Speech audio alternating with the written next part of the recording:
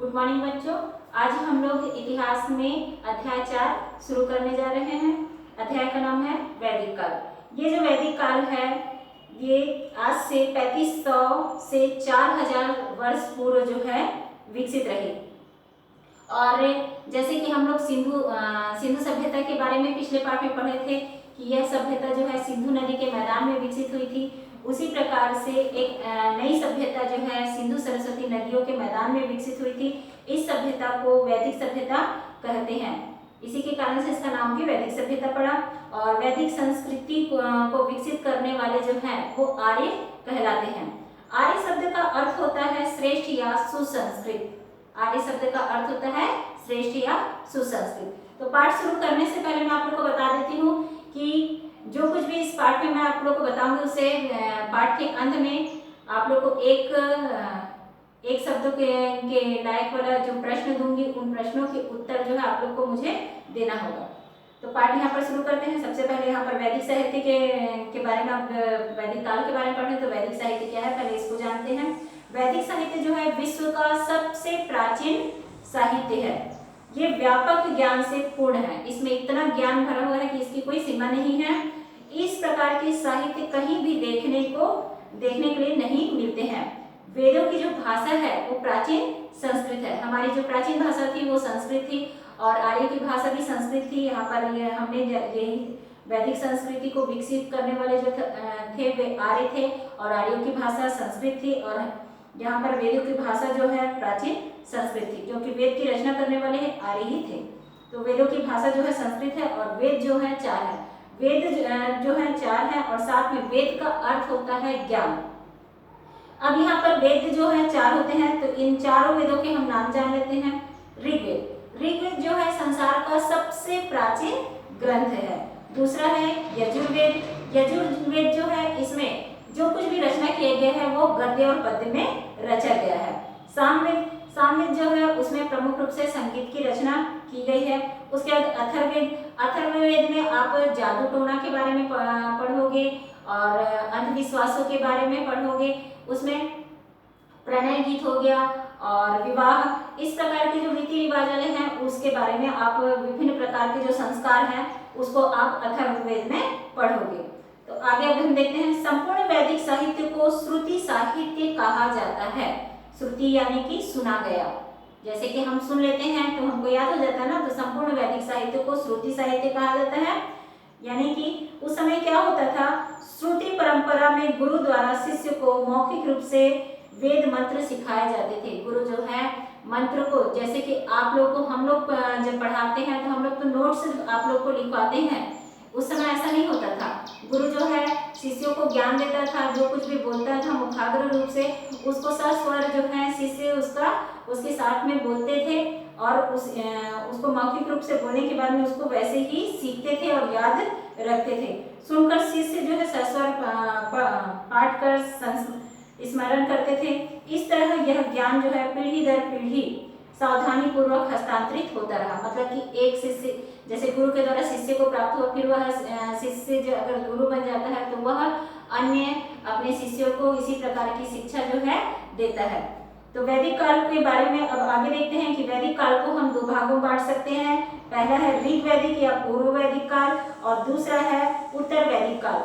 अभी हम लोग जो पढ़ेंगे सबसे पहले ऋग वैदिक यानी कि पूर्व वैदिक काल के बारे में पढ़ लेते हैं कि वहाँ का रहन सहन कैसा था, खान पान कैसा था, लोगों का व्यवसाय कैसा था, लोगों का किस प्रकार की जीविका वे जी रहे थे, उनका आर्थिक जीवन कैसा था। ये सारी चीजें जो है हम लोग ये इस काल के ऋग वैदिक काल के बारे में भी पढ़ेंगे।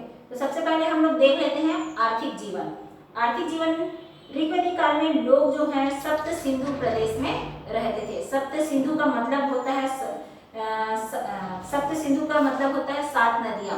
और ये 7 नदियां जो थी सिंधु, सतलज, झेलम, व्यास, सरस्वती, चिनाब, यही जो थी 7 नदियां थी। इन 7 नदियों के पास में जो सिंधु नदी और उसकी सहायक नदियों का सिंधु और उसकी सहायक नदियों का ये क्षेत्र था। यहीं पर जो था ऋग वैदिक काल के बारे में हम लोग उसके आर्थिक जीवन के बारे में इसी क्षेत्र के बारे में अभी देखते हैं। वैदिक काल में इनके लोगों जो थे उनका प्रमुख व्यवसाय जो था पशुपालन था, वे खेती भी करते थे, जौ भी उगाते थे, लेकिन पशुपालन जो था यानी कि खेती जो था उनका मुख्य व्यवसाय नहीं था।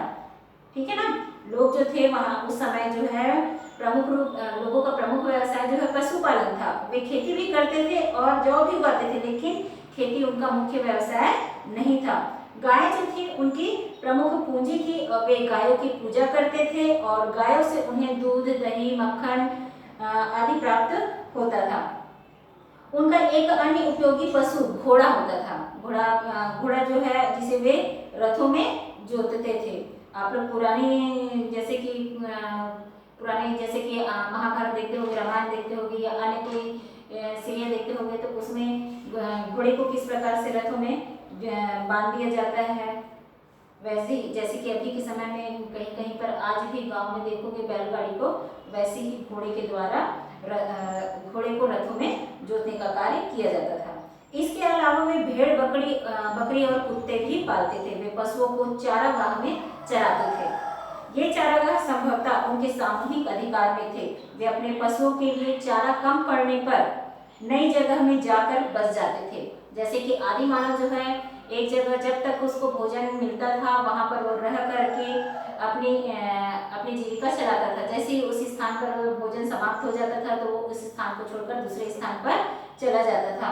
वैसे यहाँ पर ये जो थे आर्य जो थे अपने पशुओं के लिए जब तक उनको उस स्थान पर चारा मिलता था, चारा जैसे ही कम पड़ने लगता था उस स्थान को छोड़ करके अपने पशुओं के साथ में दूसरे स्थान चले जाते थे।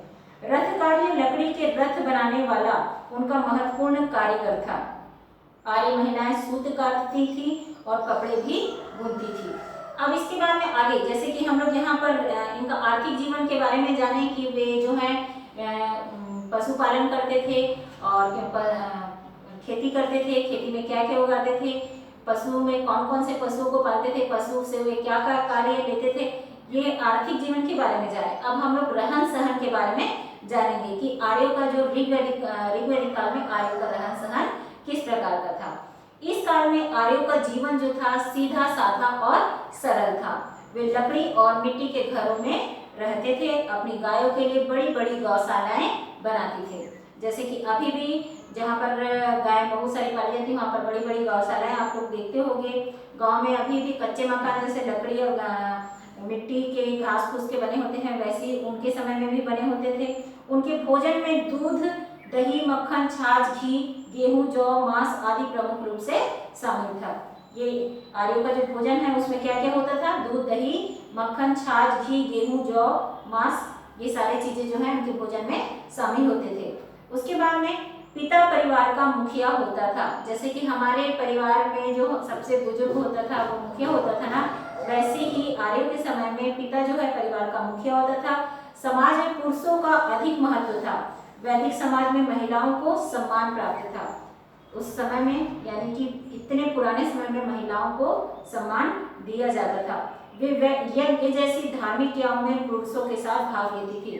अभी भी देखे होंगे कि कभी भी पूजा पाठ होता है तो स्त्री और पुरुष दोनों ही पूजा में एक साथ बैठते हैं। वैसे ही उस समय भी यज्ञ जैसा कोई भी धार्मिक क्रिया होता था तो पुरुष के साथ में महिलाएं जो हैं भाग लेती थी। इस समय महिलाएं शिक्षित होती थी।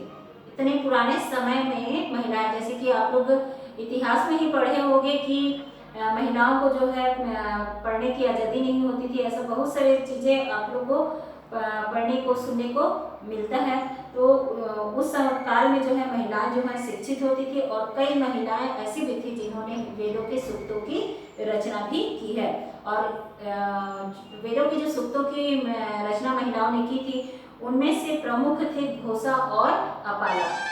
घोषा और अपाला जो है वेदों के सूक्तों की सूक्त ही है जिसको महिलाओं ने इसकी रचना की थी। अब इसके बाद में हम लोग देखते हैं वैदिक काल में लोगों का सामाजिक जीवन कैसा था। वैदिक काल में समाज का प्रमुख आधार परिवार होता था। एक गांव या बस्ती में कई परिवार के लोग रहते थे। ठीक है ना, एक गांव में या बस्ती में कई परिवार के लोग रहते थे। वे सभी एक दूसरे के रिश्तेदार होते थे। ऐसे कई गांव के लोगों को मिलाकर जन बनता है। इसको याद रखेंगे, कई गांव को मिलाकर के लोगों का जन बनता था। उस समय ऐसे कई जन थे जैसे कि पुरुजन, कुरुजन, यदुजन आदि। आपको अगर ऐसा पूछा जाएगा जन किसे कहते हैं, के नाम बताइए, तो आप लोग को ये याद रखना होगा। इसके बाद आगे देखते हैं कि उन दिनों वैदिक लोगों के अलावा ऐसे लोग भी थे जो संस्कृत नहीं बोलते थे, मतलब कि केवल आर्य लोग ही संस्कृत बोलते थे, पर ऐसे लोग भी थे कि वे संस्कृत नहीं बोलते थे। उनका रहन सहन आचरण आदि वैदिक लोगों से अलग था, यानी कि आर्यों से उनका जीवन जो है बहुत अलग था। उन्हें वैदिक लोग दास या दस्यु या फणी कहते थे। ठीक है, जो संस्कृत नहीं बोलते थे, आर्यों से उनका रहन सहन बहुत अलग था, उसे दास दस्यु या फणी कहते थे।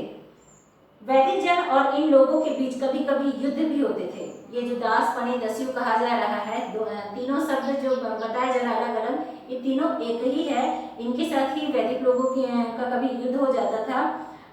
वैदिक लोगों इन्हीं के बीच में, दोनों के बीच में युद्ध हो जाता था, लेकिन वे एक ही स्थान में रहने के कारण एक दूसरे की बातें भी सीखने लगे थे। जैसे कि हम लोग अपने घरों के आसपास में, अपने मोहल्ले में अलग अलग जाति के लोग रहते हैं, तो उनकी कुछ कुछ रीति रिवाजों का खान पान जो है सीख जाते हैं। कुछ बातें जो हमें अच्छी लगती हैं उसे हम सीख लेते हैं, और हमारी जो बातें उनको अच्छी लगती हैं वे सीख लेते हैं। वैसे जो है ये दोनों एक दूसरे की बातों को सीखने लगे थे।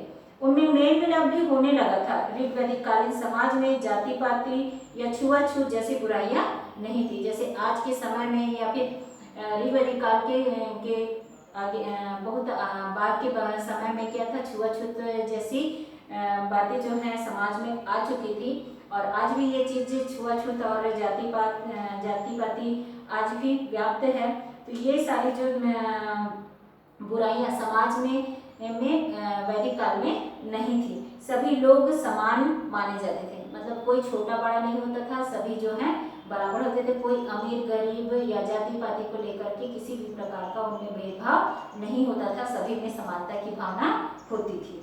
तो यहाँ पर मैं इस टॉपिक के बाद में इस पार्ट को यहाँ पर खत्म कर रही हूँ। इसके आगे का जो कुछ भी है, जितना भी बचा हुआ है, इसको हम लोग आगे के वीडियो में पढ़ेंगे।